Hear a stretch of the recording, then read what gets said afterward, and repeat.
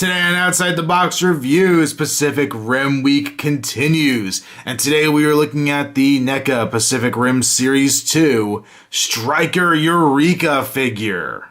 And this puts us one step closer to completing the primary Jaeger characters from the film. As I alluded to last episode, the only one we really need still is Cherno Alpha, and we'll have the four main guys from the movie. And I want to say Striker Eureka is probably one of the cooler looking designs from the movie, but let's face it, I think all the Jaegers are really neat looking, but this is definitely one I was very excited to get. So let's take a closer look. The overall look of Striker Eureka really reminds me of when I used to be really into the video game Armored Core. It just really has that kind of classical mech look to it. I guess a little more neoclassical than the traditional kind of man in a suit look, but this is the more high-tech version, I guess. And I think it really shows here. He has a very odd-shaped head. It's very flat on the top and spiky in the front. It has this big gold viewport on it, which looks pretty cool.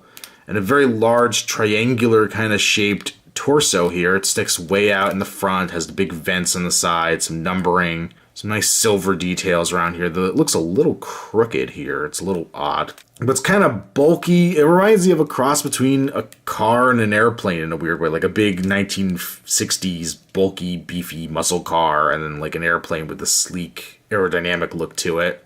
There's a little guard doohickey up behind his head.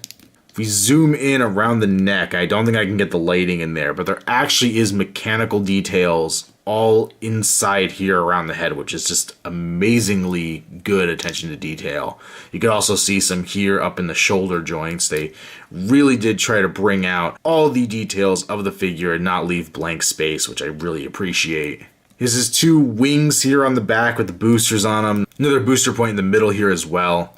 Now, one thing I would really love to see, maybe it would be an SDCC exclusive or something, but to have him with the backpack that he has at the end of the movie with the payload on it, that would be really neat to have. Just the kind of final battle. Maybe they could do a Gypsy Danger-esque battle damage paint scheme on him and give him that backpack. The arms are actually a little bland. He kind of has this air vent looking thing up top. It's the big chunky thing around his elbow, and then here on his wrist he has his blades. These are individually hinged so you can move them in and out kind of like scissors. I think for most of the movie they sit like this, kind of just straight out, and when he's not using them they would fold back. Now folding them back like this looks a little awkward. It gets in the way of everything. I guess in real life they would have gone underneath the arm joint here, but never fear, because you could actually pluck them off. And easy as pie, they're hidden. The hand has some good detail in it. The silver fingers with the blue top part here and the black mechanical parts. A very classical robot-looking mid-torso section. It kind of just looks like this tubing that would allow for added movement in the robot. His legs are a little bit like Gypsy Danger. He has the high point here, though not quite as exposed. There is some nice mechanical stuff in at the leg joint that Gypsy Danger was missing. And overall, the rest of it, it really is maybe not as cool as Gypsy Danger. I like the design of Striker Eureka, but the shapes individually on him are just not as impressive, I think. His pistons back here, pretty cool looking foot. This is definitely movie accurate. NECA did a good job. It's just, I guess it's just not as cool looking as I thought it was from the movie. It looks a lot cooler in the film. Now, as I mentioned earlier, this guy has a very clean paint job to him. There is some scuffing and stuff on here, but not a lot. I would like to see a battle damage version of Striker because I think it looked really good on Gypsy, and I think it could look awesome on Striker here. Also, it just bums me out. I knew we weren't going to get it. I knew there was no hope, but I almost would have loved if you could open the torso and have the missiles exposed in here. For articulation, he has a ball joint at the head, so you get an okay range there. You can go side to side a little bit. It's hindered by being so sunken in on this hole. The arms are a weird joint up at the top. He actually has two different hinges, one that's on the body and then one on the actual shoulder. Now mine on the right is fused shut. I can't get it to move and I'm afraid I'm going to break it. But you get plenty of movement out of the one on the body. I don't really see needing the one on the arm too much more. But you can also go forward and back. I am very afraid too that this joint is going to cause it to rip and break. It seems a little flimsy. Have a hinge at the elbow with about 90 degrees of motion, which is great. The hands do not rotate here. They just bend in and out, which is a little disappointing. I would have really liked to be able to swivel them. We have a lower torso joint here. He can kind of just swivel side to side. He doesn't really have a lot of up and down movement or tilting, which is a bummer. It seems like he should have had one just under this upper torso and just kind of been like Gypsy and had it up there and had a full ball joint of motion. It seems really weird they moved it down to the waist. The legs can move forward and back. They're hindered going forward and not as much going back. And then side to side is limited, of course, by the sculpt. Bend at the knee.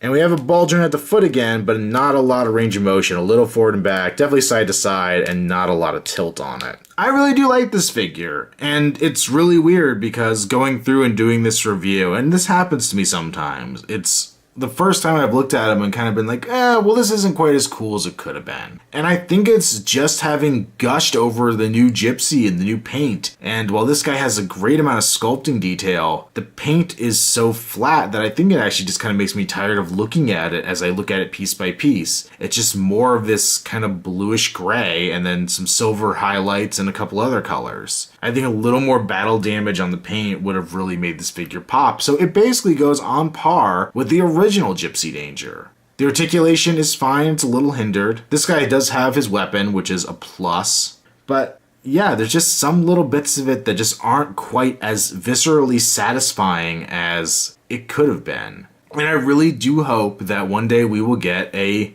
nuke carrying version with the backpack from the end of the film and some battle damage. That would be a great Comic-Con exclusive, or if they manage to pump this line out further than it's planning to go, which is ending with Series 3, I believe. If the support stays there, I would love to see another redo on Eureka here. I wouldn't be down for every Jaeger getting a redo with battle damage, but Gypsy and Stryker, they are the main two. They're the ones you focus on the most. I wouldn't object to it. But this figure does get a recommend, just not as high of a one as I really thought I was going to give it. Make sure you check out Outside the Box Reviews on Facebook. There'll be a link below. Also check out Outside the Box Reviews on Instagram, username Outside the Box Reviews. And come over to allscaleseverything.com and talk collectibles. It's a brand new formed community, so come on over and help it grow. And until next time, stay tuned because we got one more entry here in Pacific Rim Week. Next time on Outside the Box Reviews. Want to talk action figures and collectibles? Head over to allscaleseverything.com. There you can find discussion threads about action figures, statues, props, life-size costumes, mask replicas, custom figure work, and talk video games, horror, sci-fi, comic books, and fantasy. If you collect it, you can find it at allscaleseverything.com. The overall look of Strike... Excuse me.